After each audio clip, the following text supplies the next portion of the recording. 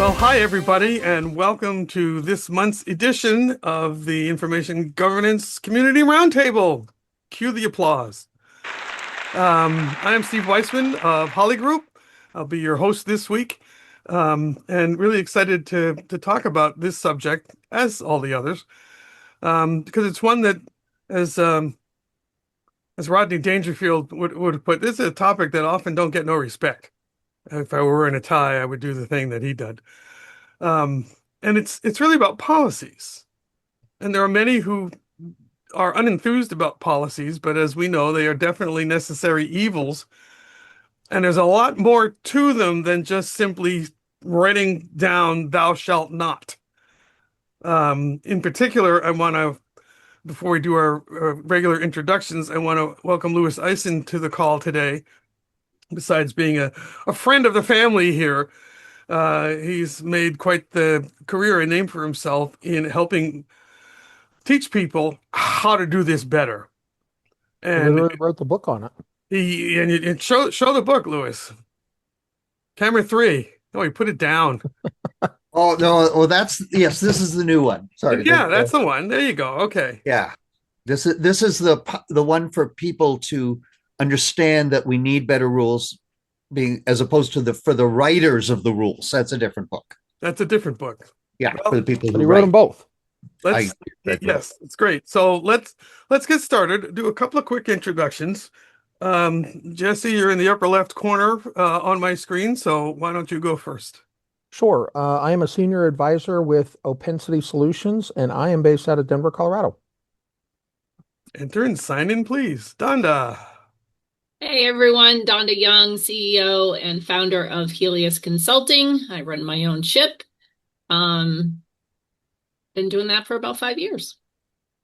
And as I say, I'm Steve Weissman of Holly Group. Been running my own ship in this incarnation since 2009.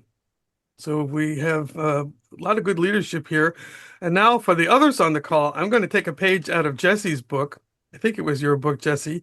The Indeed. count of 3, want everybody all at the same time to tell us who you are and where you work. Ready? 1, 2, 3. Go! I work for the Port of Houston. Love it. Glorious Yay! cacophony. I think everybody else who didn't participate thought we were kidding. But this is, like we said, work is too hard not to have some fun at the same time. And it's almost a tradition at this point. So if you come to another roundtable, expect it. And if we forget, you can remind us. Clearing my calendar right now. Good. Excellent, Caroline. We try to do these the fourth Wednesday of every month, but it does move occasionally. And in fact, well, we'll get to this, but I'll say it now since I already introduced it. We're going to take August off because most of the world does. And September's, we'll do it the third week because the fourth week is ARMA and people will be at conference. So there, see, I remembered, guys. All right, down to brass tacks. So we want to talk about policies. And just to set the stage, one of the issues that crops up with alarming regularity is that so many policies are written as imperatives that we end up basically disincentivizing people from following them because they feel like little children being told, clean your room. And, it comes certainly to me as a consultant in that, no, I spent all this time trying to figure all this out. And nobody does what I tell them. And therein, perhaps, lies the problem. So we're going to get into that. We're going to pick Lewis's brain to an uncomfortable degree because he was kind enough to say that would be okay. But this is a conversation, so we want to hear from you guys too. Real world stories, real world issues. If you got advice, if you're seeking advice, it's an open forum. This is your space. We all talk to each other enough off these calls. We already know what we think, so we want to hear what you think. So let's kind of back up half a step and just sort of talk about policies and why you need them. And I think it was your comment in the setup, Jesse, you talked about, first and foremost, it's better to not have a policy than to have one that you don't follow. Never mind, it might be written poorly. Can you expand on that? Sure. I think the challenge is, and by the way, as Steve said, anybody feel free to weigh in and cut me off at the ankles here. Um, and yes, John, it's the same thing about a retention schedule or really any chunk of your governance framework, right? Um, I think the challenge for me is, and I work a lot with law firms and I see this all the time. The challenge is that if you're not following your policy, you're not following your retention schedule, what other parts of the program are you not following? What other things are you not doing or not doing the right way? And I think the last place you want to find yourself is on the witness stand trying to explain your way out of, well, no, we really do follow this part of our policy, just not these other parts because we don't like them. At least then you can claim ignorance if you don't have a policy. We didn't know. I don't know if a judge is going to accept that either, but I think ignorance is better than actual malfeasance. Yeah, and I can't tell you the number of times that this will shock anybody, but where I have talked to lawyers about these sorts of things, and if they have no other angle of attack, if they're on the prosecution side, um, they'll go after operating procedure. So you're better off, again, not having one at all than having one that's ignored. Well, you say you're supposed to do it. How come you're not? And Right. that's always a bad thing. Um, the next note on our list is, well, I'm going to bounce around a little bit as the conversation flows, but I also see Lewis nodding, so we'll get you to weigh in on this too. Um, a lot of times, the answer to why aren't people following the policies is that they're too hard to follow. They're drafted in a vacuum, and by people maybe who don't understand the consequences of it. And so, Lewis, we already kidded you about having written not one but two books talking about the differences between policies from those who write them and those who need to follow them, and the need to make sure the division of thinking is appropriate. So maybe you could give us a couple of thoughts on that. Yeah, and here's one I think people would be able to weigh in on. I think it's really easy for somebody to say it's too hard. It's too hard to follow. But in fact, there's probably something else going on. And it could be that their boss has a speed expectation, or that their demands are coming from somewhere else, or it may be just really inconvenient. Nobody's going to tell you, oh, your policy is inconvenient. So it's too hard would be a common explanation. But I think a lot of times there's something else that's going on behind it. I'm interested in what from others think.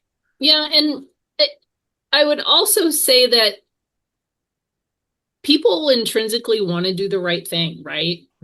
But how to operationalize a policy, a procedure, a retention schedule, that's a completely different story. And if your policies, procedures, etc., are hard to operationalize, then no one's going to be able to follow them. So making them more simplistic and actually maybe standing up a SOP, a standard operating procedure, that helps guide them in how to be compliant with the policy, that's where I guess the rubber hits the road, where you're actually going to get some traction there. You can link it have, to oh the yeah, go ahead. culture of an organization as well. That if there's a culture of, we know that people are not going to read the policies, and so that's just the way that it is. If you really make an effort to introduce policies that people are going to comply with and read, then that's more likely to develop and transfer to other policies in the organization, and then it becomes part of the culture. Then there's more of an expectation for compliance. Well, that's another good jumping off point. As promised / threatened, Lewis, the expert is here. So you among the reasons that you have explained, and I should say I had the privilege to be able to attend one of Lewis's sessions a couple of weeks ago, and it really is eye-opening. I would dare say I know a lot about this, and what I want to talk about next, I think is really, really important because it speaks to, in my head, how to write, well, like our title, how to write policies that people will follow. And a lot of it has to do with the tone. I mentioned that a lot of them are imperatives and people inherently resist being told what to do. I get people telling me all the time when I'm working with clients, well, yeah, this is what my bosses want me to do, but they don't have any idea what I do really. So it starts with that. And then it becomes almost, I don't want to fess up if I think I'm doing something wrong, as opposed to, I'm not sure how to handle this and being encouraged to talk about it. Um, so rather than steal any more of your thunder, Lewis, maybe would you mind talking a little bit about that? Because I know it's core to your approach, and I think it's absolutely on point. Well, I think you've got two main issues there. One is you talk about the culture of compliance. Caroline talked about that you're trying to promote a culture of compliance. And right at the beginning, Steve, you used the word disincentivizing, that was the problem Is that a with, word? I would assume so, but the strict It language, is but now. it is a Now. disincentive to following. So that's one thing is, how can you remove all the disincentives that are in there? Maybe it's too hard. Maybe it is confusing. Maybe it is rude. So you want to remove disincentives. And then there's one other positive thing that we have to put in somehow, and I call that values ancestry, which is to be able to trace back the reason for this policy to something that has a value of relevance to the people. And a lot of times we miss that because we think it's just so obvious that, well, this is about truth. This is about accuracy. Don't we care about accuracy? But it's not clear. So that's something we have to spend time making clear. I know one of the issues I run into an awful lot, and I know you do too, Lewis, because I've actually engaged you to help me with this in the past with a client. Um, I think that part of the reason policies are hard to follow is because so many of them are a mix of policy language, procedural language, glossaries, the history of the known universe, and it's just all kind of lumped together in this savage quilt of word salad. And do you have any thoughts on, well, I know you have thoughts because you have books on it. How do we approach those when you see a 38-page policy? How do you tackle that? So your description of all the different pieces is right, and the pieces need to be separated. From my perspective, buy-in happens at the policy level. Anybody, if they haven't bought into the policy, they're not going to buy into the procedure. They haven't bought into the policy, they don't care about the explanation. So buy-in all happens at the policy level, and that one top document needs to be as brief, clear, values-based, goal-targeted as possible. Because then you can lead them from that piece of buy-in through the standards, the procedures, the guidance, all the training. So I agree, all of the stuff has to come out. And I don't know necessarily it's a hierarchy underneath, but the values part is at the top, because if you don't agree that accuracy is important, maybe you're not working at the right organization. Good point. Donda, you're being suspiciously quiet today. No, I'm well, my head is churning. So I think if I take off my IG governance consultant hat and I put on a hat that says I'm just the worker bee sitting inside of the claims unit, and I have to, I'm onboarded, I have to read all these policies, I have to try and understand them. How does it impact me? And when you're reading a policy, that's hard to ascertain based off of your role. And I think there's an opportunity for organizations, yes, do attestations. Yes, I'm new to the company, I've onboarded, I've read all this stuff. I attest to that I've read all this stuff, but there has to be reinforcement. There has to be the understanding of how this impacts me, how I impact it, how do I comply? And I think that's, yes, where procedures come into play, but guess what? Even that point, from a role-based perspective, again, wearing just the worker bee hat, I don't really know how to do it well. So I think a value add would be, how does it impact each role? And how can we encourage those worker bees to really comply and show them, give them job aids, give them videos, as John said in the chat, that is directly based on what the policy entails, but what's in it for me, right? Tell me how to do this so that I can do it and I don't have to think about it later, right? Love the whiffle. Well, speaking of John, you put a very timely note into the chat. And since you asked it, I'm going to ask you for your answer. Well, But for the recording, because I don't think the chats show up in that. Here's a question that folks love to ask. Does AI warrant its own policy, or is it simply something that's baked in pre-existing policies? And I have a thought, and I know Lewis has a thought, but what is your thought? Because you must deal with this. You live with this every single day.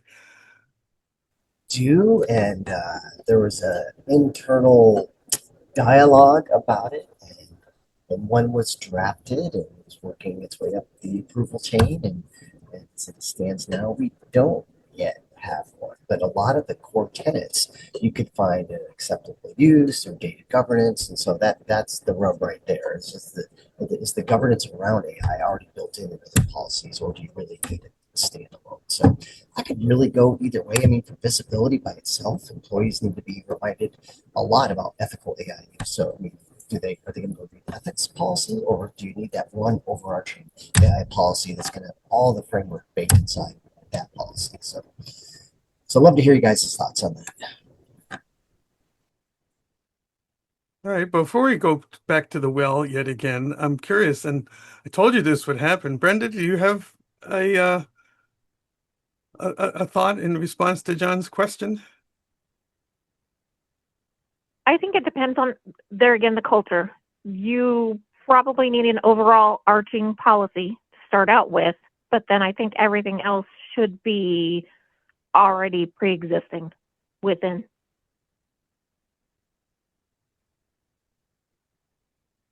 Anybody else? Caroline? Oh, I know Jen. All right. No, Caroline first. Well, she didn't say she had a thought. I was Oh. just looking at her furrowed brow. That was my listening brow.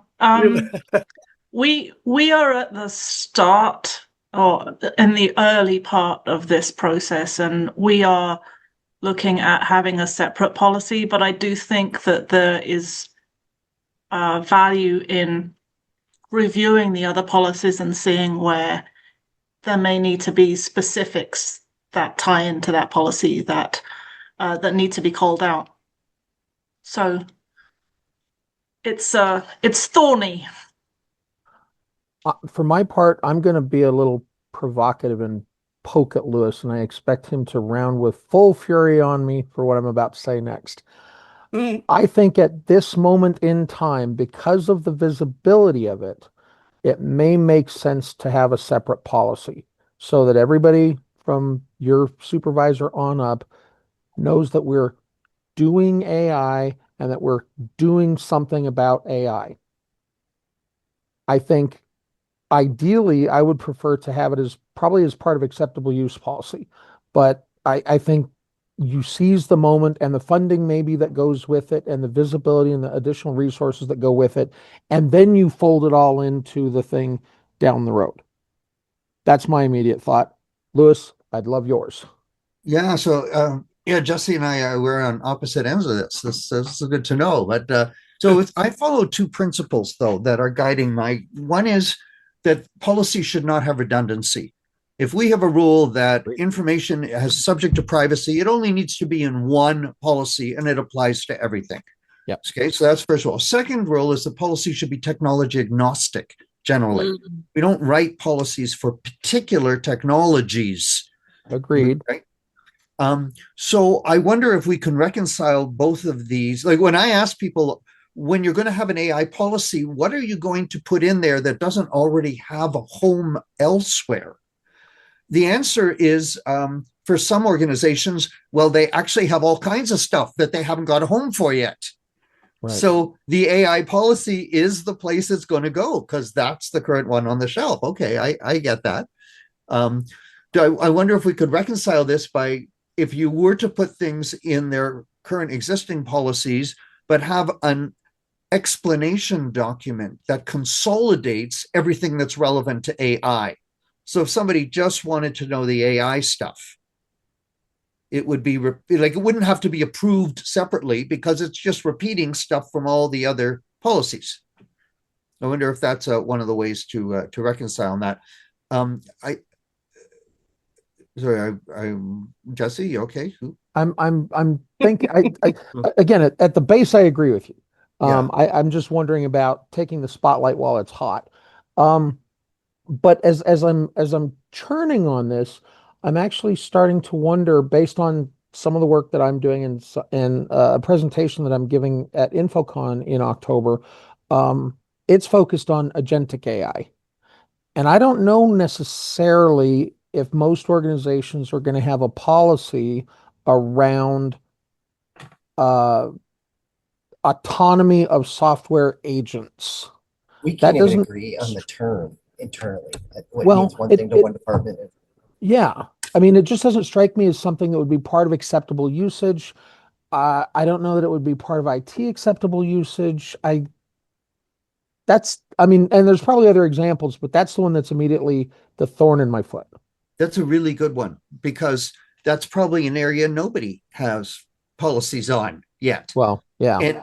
And the only thing it applies to today is AI. Right.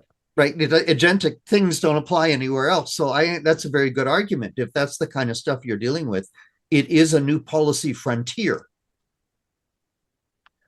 Yeah. What about and I don't want to derail this entirely into the AI policy or not policy discussion, but um would you see the typical human in the loop requirements as something that would be part of acceptable usage, or It's very good. I appreciate the question. I believe that the human requirements are part of acceptable use, but the acceptable use should come from HR, not from IT.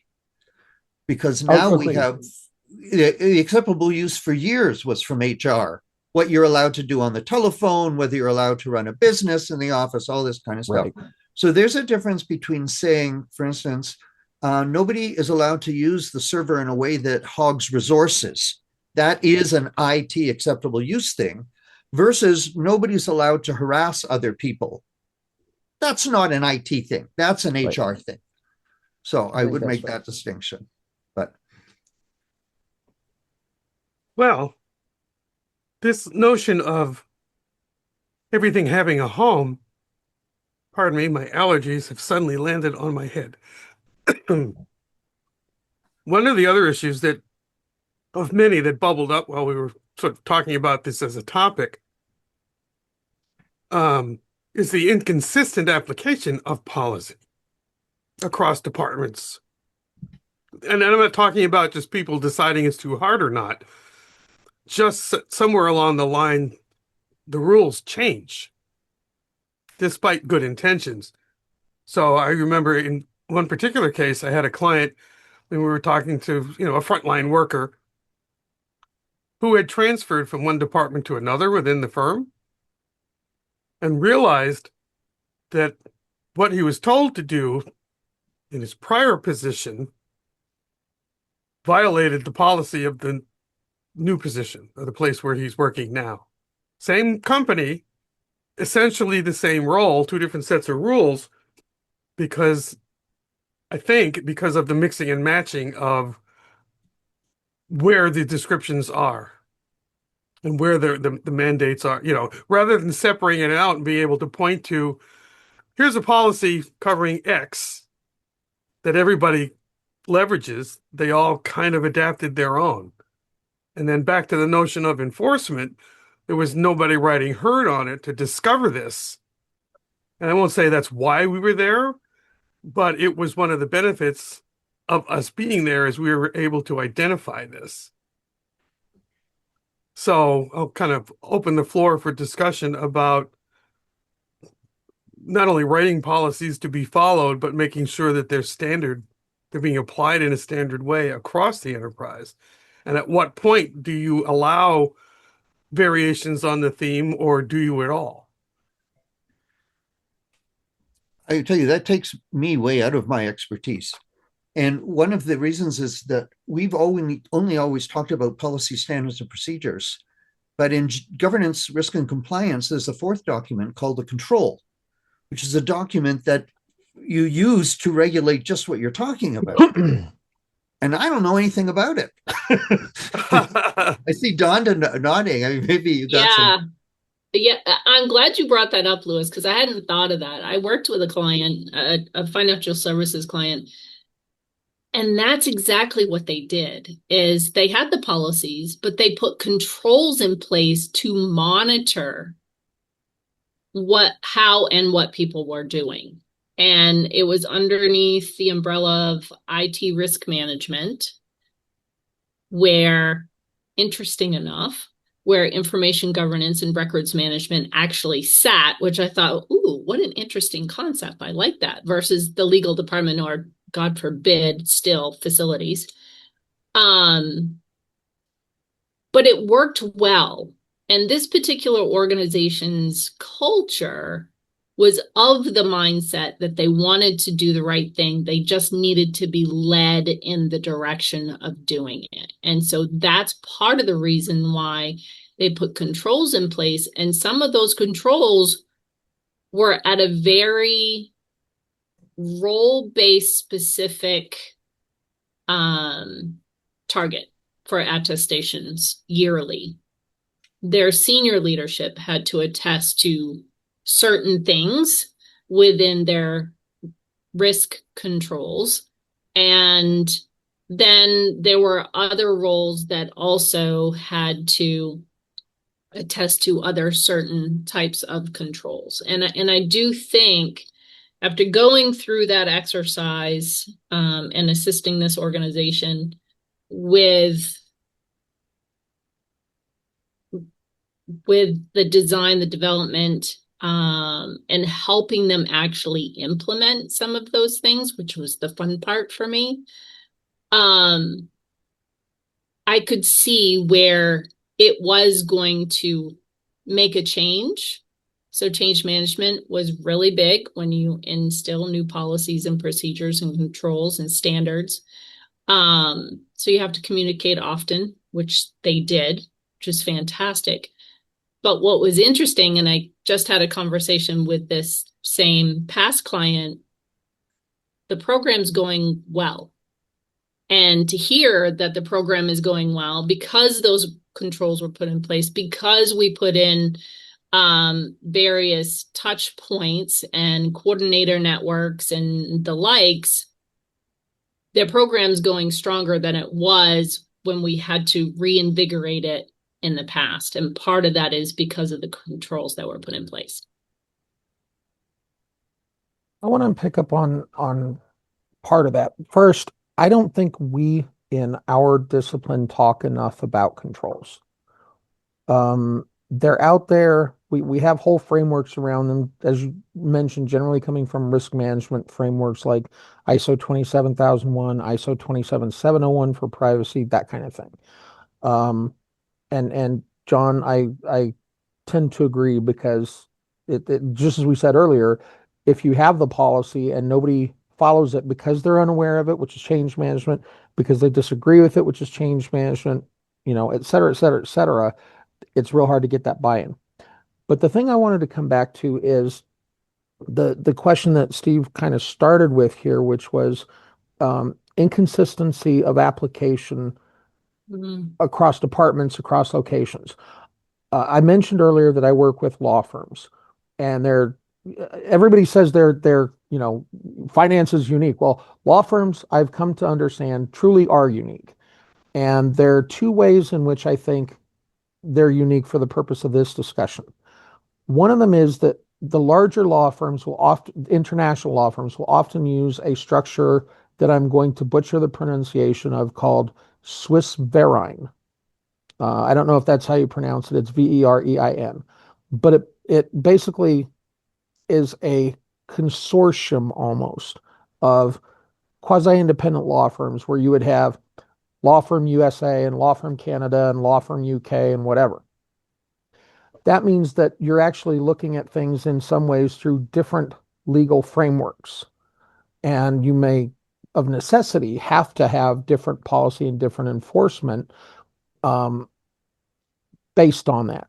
I'm mindful, and I'm curious to get Lewis's reaction in a second when I finish my point about that, because obviously policies are intended to be broad-based, universally applicable to the extent they can be.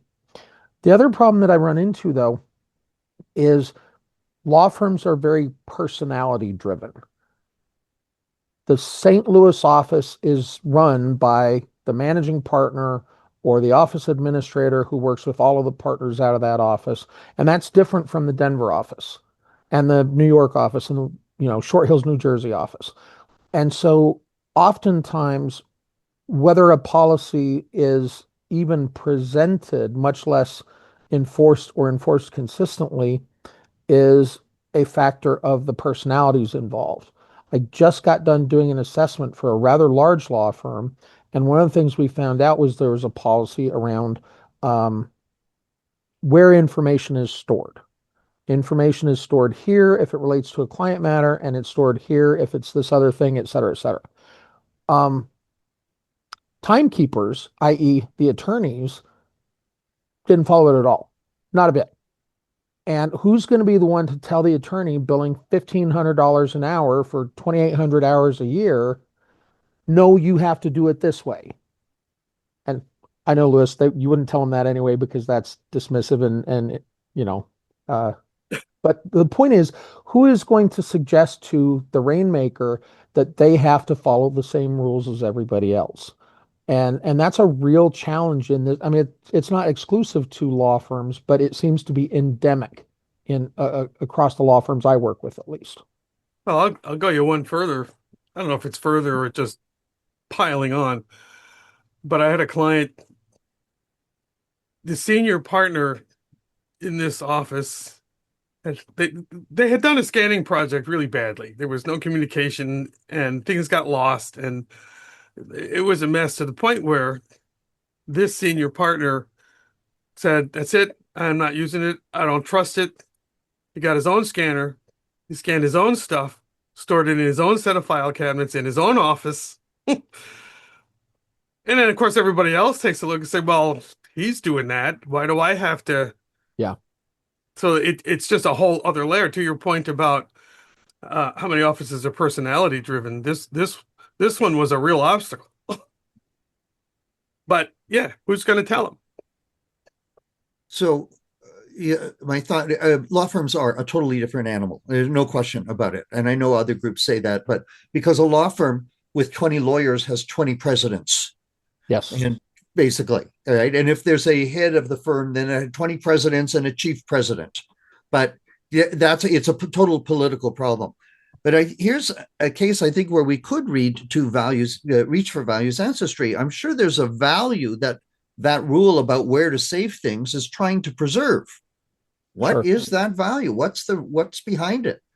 And the value that I talk about, even when people resist, there is a value that justifies their resisting. It might be not enough time, the demands are soon, the client wants us. There's some other value, and we'd have to be able to show that the value behind this policy needs to outweigh the value of convenience or the value of individual client wants or whatever it is. So I think that's an area you can reach for. And I think that ties in, Donda, with your point earlier about the WIFM, the what's in it for me. Yeah, it does, for sure. So should we be spending more time on controls? Like, it's not a topic that comes up in IM a lot. It's a great question. I would vote yes. And for a long time, unwittingly, I was getting there. And for me, at least in the last year, 8 months, I began to listen more carefully for the R word risk. And for a lot of reasons. Um, Not the least among them being it's very hard to sell records management and information governance inside organizations. Um, Historically, it's like selling insurance. Nobody wants to buy insurance. You need good governance. You need good practices in case you get sued, in case you have a hurricane, in case of all bad things. It's like, well, I don't want to buy that. What are the odds I'm going to get sued? He said, the week before they got sued. And then it's too late. But the underlying current, and I spent a lot of time talking to actual, people in the world who do these things. Risk was a much better phrase to latch onto, and following the logic chain, the notion of controls to mitigate risk emerged really as something that I've been trying to be more overt about during my daily life and working with clients, whether they're coming from the risk side of the business or the records or InfoGov side. That's one of the few areas I will say everybody agrees on, that risk is important, and a lot of risk and opportunity is hidden in information, and we don't know where it is, what it is, what kind of problem is it. So the short answer, Lewis, in my book is yes, we should be talking more about controls. Part of that is the way I think policies are written, because if they're more accessible and people resonate to them more easily, they're going to almost demonstrate self-controls. It's kind of an odd use of the phrase, because it'll be easier for them to get their minds around. So that's, good cop. Historically, one of the problems has been looking for who's going to play bad cop. And that's kind of what we were just talking about. Who's going to tell the senior partner, you can't do that? Or how does it make somebody feel when they get called on the carpet because they had a privacy breach or at a client that nearly did, but they caught it in time? So there's also, it's one big ball of wax to me that falls under that control mechanism. Controlling the information, but then soft C controlling the people, encouraging them to move in the direction we want and figuring out how to gently reprimand or redirect. It's parenting. You raise another issue, Steve, that one of the things we make an assumption is that we have a policy, we put it forward, and it's for a good reason, and we expect 100% compliance, or as close as we can get to full compliance, and that means everybody. And part of our job in articulating the policy is articulating the risk. What will happen if you don't follow the policy? And we expect the client not to assume the risk. Right? That's sort of, we're premised on the fact that we'll tell them the risk and they'll be afraid of that risk, and then they'll want to follow the policy. But here you've got a case where an individual lawyer might say, well, I don't care. I'm willing to assume that risk.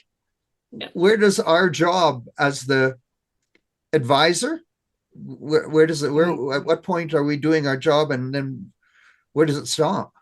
Yeah, and I think it is at the advisor level, honestly, because that's all you can do, whether it's your internal IG or external consultant IG.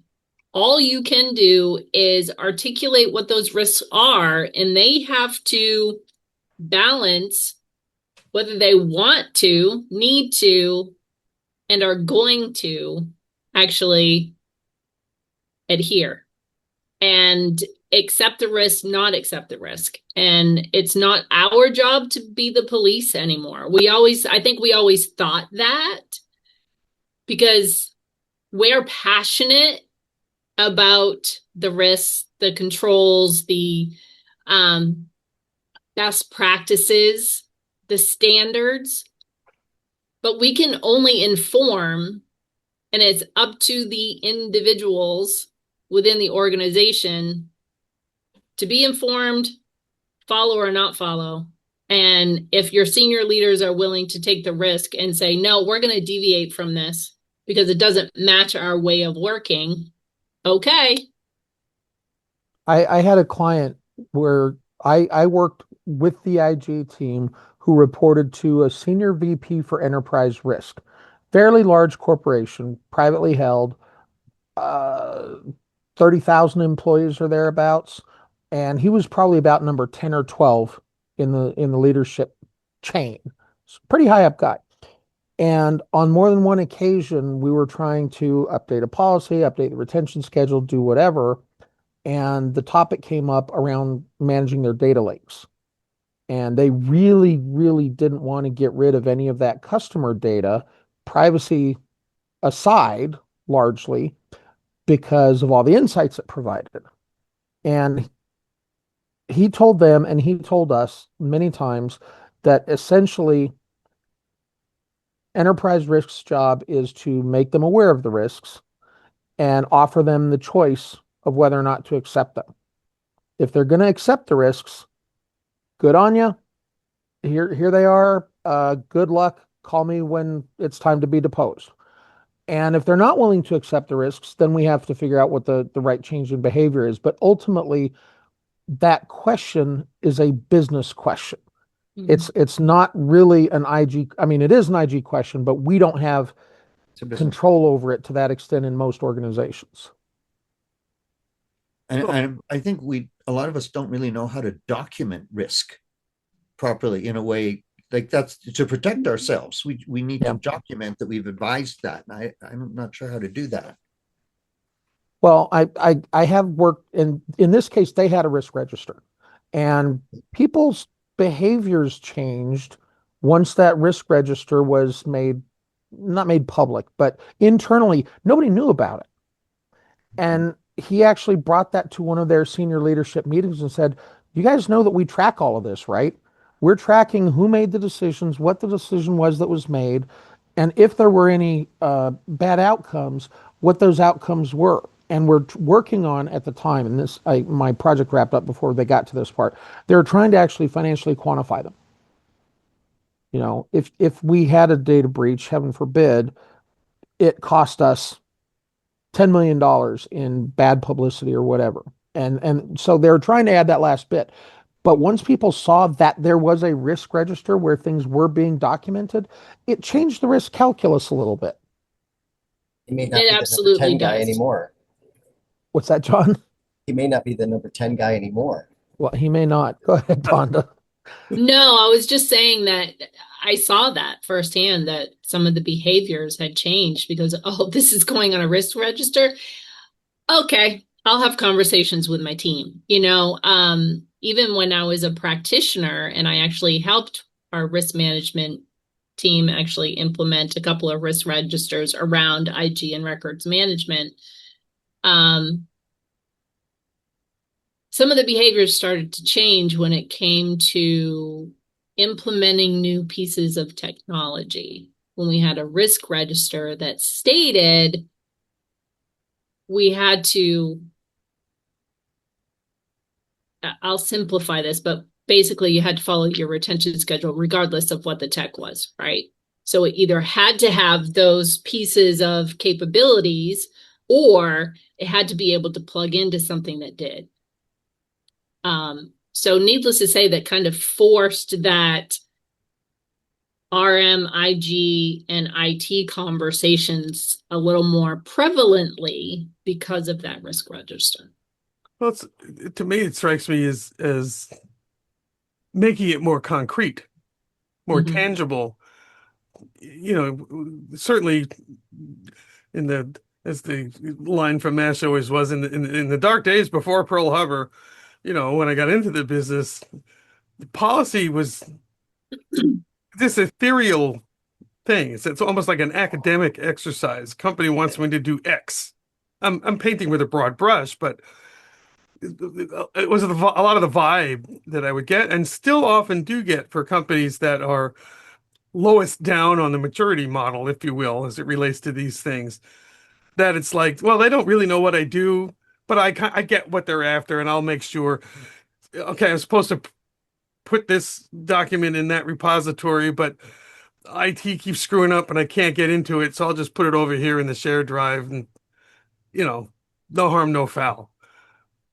But documenting what that risk is about and then explaining perhaps in a companion document to the policy why do we need to do this, that there were real, and they're all business reasons if we follow the threads far enough, Right. and then it becomes marketing because maybe the person who's just feeding stuff into a scanner doesn't care so much about the company good, but they care about their own well-being. So we're back to the WIFM. Well, and I think you do get some organizations better than others and some people better than others, but I think most people want to do the right thing. Most people are not genuinely bad actors. So part of it comes down to enabling them to do the right thing as the easy path, right? To the extent we can. Obviously, it's called work for a reason, not happy spend the day with other people instead. But I wanted to come back to something. It strikes me that the risk register is kind of another manifestation of what we see as consultants, right? We show up with our briefcases and our suit jackets and hi, how you doing? Just ignore me. I'm just going to watch. I'm just going to shadow. I'm just going to take down notes about every single thing you do all day long for a week. That's my life next week. When you do that, it changes people's behavior, right? People who were watching the World Cup last week are not going to be watching it when I'm on site, and not just because the thing happens to be over, right? It's baseball, it's football, it's whatever season it is. People will be distracted, but now I'm going to be on site and I'm going to be watching and reporting. And I actually have new hires that I'm going to be kind of helping them walk through these processes that they're expected to follow. And so the person doing the work is not going to be playing Words with Friends. They are not going to be surfing the internet. They're going to be on their very bestest behavior. And so we're actually going to have, I don't know if we'll get a productivity dip because they have to explain everything, or a productivity spike because they're forced to pay attention for 8 hours. But either way, I think that risk register is almost another manifestation of that, because now there's observation. There potentially could be consequences, but there's somebody's name assigned to something, and they're responsible for the decision and the outcome. Yeah, well, that's the old story, right? How long does it take to make a widget? The consultant says, takes about a minute. Great, then I expect to see 60 widgets an hour. Yes. How come you're only Yep. producing 33? Yep. It does sound like, to Lewis, to your point in the chat, the risk register sounds like a good topic for another meeting, and it does indeed. So, We do have openings in October and November. Or well, no, November.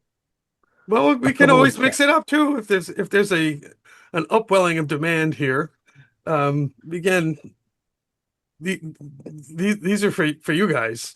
We talk a lot amongst ourselves anyway, and for me, I love having the opportunity to hear what you guys think.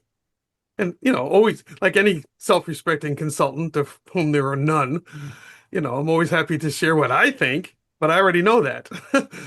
So if you think this is a good topic, and maybe talk to some others, we'll happily reshuffle the deck here.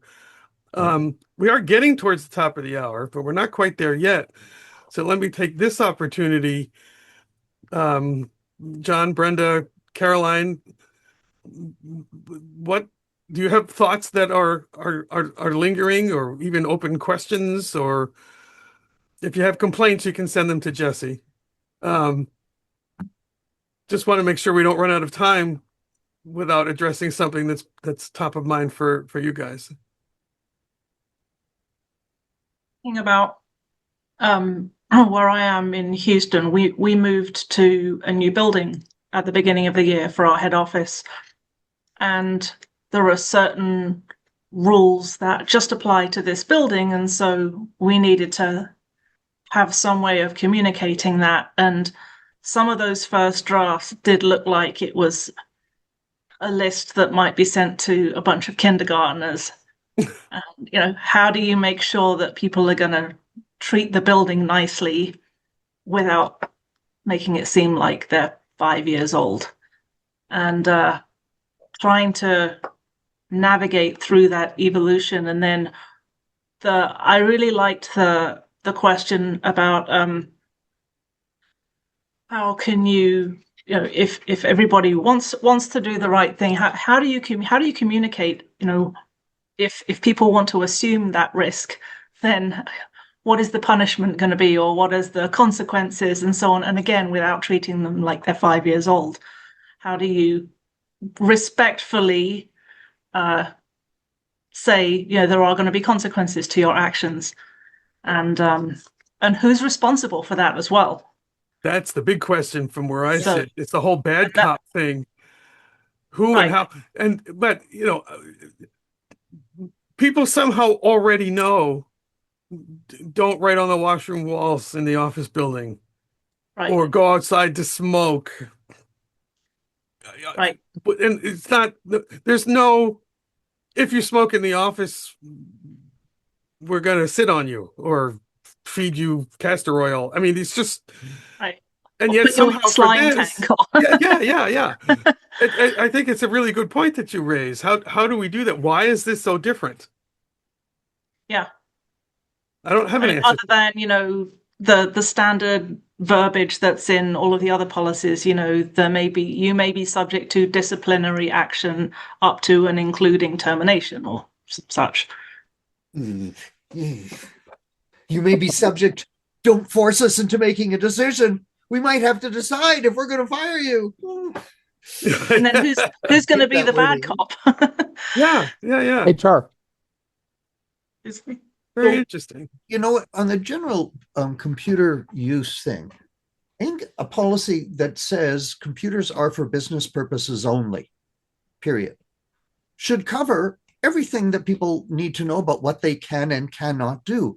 If we need an explanation page about what business we're in and what kinds of things would be and the kinds of things that are not, that can be an explanation page on the side. I think it sounds mistreating when it's in the main policy itself, as if somehow you can't figure this out yourself. But if you can just remove it over to guidance, I think you're already deferring to the nature that people are adults and would like to do the right thing. I agree with Jesse. I think most people do want to do the right thing. And I generally agree with that approach, but I'm going to bastardize a quote from Chester Nimitz about my beloved Corps in World War II. He famously said, "Uncommon valor was a common virtue." And I use this phrasing of it constantly. Common sense is an uncommon virtue. And I think you're right that most of us know not to write on the washroom walls, because who does that anyway? Somebody does, but we've all internalized that. You don't write on your walls at home, you don't write on the walls at work. But I think there's an awful lot of stuff that should be covered by computers are for business use. Well, but what about all of the weird websites that I want to surf in the middle of the day and watch the World Cup and the Final Four, and those surely don't apply. Well, why wouldn't they apply? This is just common sense. Well, that's why we have to have policies in the first place, is because we don't have common sense. But I do think we have to explain them. I think if you explain them in the master document, that's the part that starts to sound very heavy-handed. Yeah. Whereas if an explanation gets moved down, just for clarity, just in case anybody's confused, we are not in the casino business. We are not in the pornography business. We are not, just in case you're confused about it. Like, I do think we need to list them and be explicit. Just not in a different document. Yeah. No, that makes sense. That was one of my biggest takeaways from your course, Lewis, was separating these things out. Yeah. It really shone such a light on something I knew was an issue but could never have articulated. And it does simplify a lot of things. we are now at the top of the hour, so I will count that as my takeaway from this call. Donda, you want to give us ours, and then Jesse, and then I'll just remind a little bit of housekeeping for what's coming up next. Sure. I would say when you're writing your policies, try and remove your hat.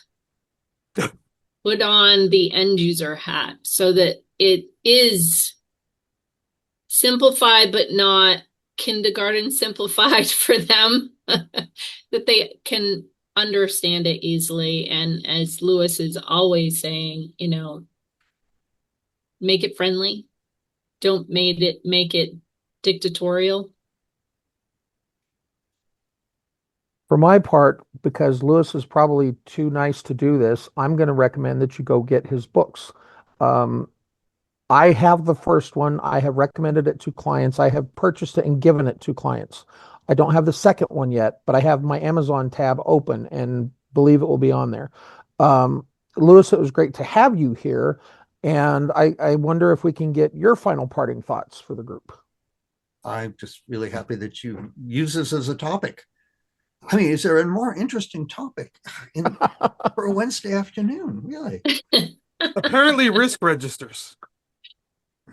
And it sounds like we'll follow up with that in the future. I So think we certainly good have it call. on the list. So Yes. yes, indeed, Lewis, thank you for being our special guest here today. The rest of you, thank you for tuning in. I hope to see you back the next times, plural. We will be doing these as I said at the outset. We shoot for the fourth Wednesday of every month. Occasionally it's the third. We will skip August. Gone fishing because everybody's on vacation. We have slotted in for September. I think Donda will be our special guest. She's always Yep. a special panelist. Going to talk about communities of practice. We do have a laundry list of topics. Some we revisit from years past. And I can say that plural because we've been doing this for more than a year. But honest to goodness, we mean it when we say, if you've got something on your mind, please let us know. That's the idea, is to have a place where we can talk about what's on people's minds and hold them up to the light and turn them every which way and see if we can come up with solutions, or just sometimes it's a venting session and that's okay too. So thank you again. We'll see you next time. Thanks, Have a good everybody. summer, Bye, y'all. everybody. Yeah. Thank you. Thank you.